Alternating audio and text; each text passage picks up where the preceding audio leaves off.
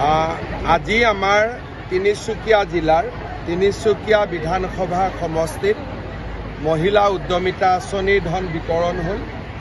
ইয়াৰ আগতে আমি মাৰ্ঘেৰিটা সমষ্টিত এই আঁচনিৰ ধন বিতৰণ কৰিছিলোঁ। নৱেম্বৰ ডিচেম্বৰ মাহৰ ভিতৰত আমি তিনিচুকীয়া জিলাৰ বাকীকেইটা সমষ্টিতো এই আঁচনিৰ ধন বিতৰণ কৰিম।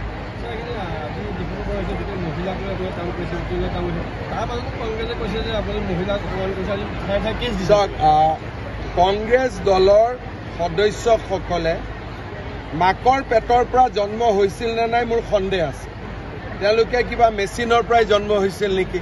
কাৰণ আমি যদি মহিলাক আঁচনি দিওঁ তেওঁলোকে সমালোচনা কৰে। কোনোবাই নিজৰ মাকক আঁচনি দিলে সমালোচনা কৰিব নেকি? কাৰণ আমিতো সকলোৱে মাকৰ পেটৰ পৰা জন্ম লৈছোঁ। গতিকে কংগ্ৰেছ দল নিশ্চয় এই আমাৰ সাধাৰণভাৱে জন্ম হোৱা পাৰ্টি নহয়, কিবা বেলেগ ধৰণে জন্ম হোৱা হ'ব। জনজাতিৰ কাৰণে আজিও প্ৰতিবাদ হৈছে। প্ৰতিবাদ হোৱাটো উচিত আৰু ন্যায্য দাবী মানুহে আন্দোলন কৰিব আৰু এই আন্দোলনটো জনজাতিকৰণৰ কাৰণে আৰু বিজেপিৰো তাত সমৰ্থন আছে। আমাৰ দলৰ সদস্য সকলো আন্দোলনত আহিব। আমিতো এই আন্দোলনত বিজেপিও জড়িত আছে।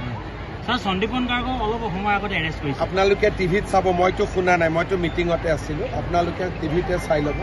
হ'ব, ধন্যবাদ। Thank you sir.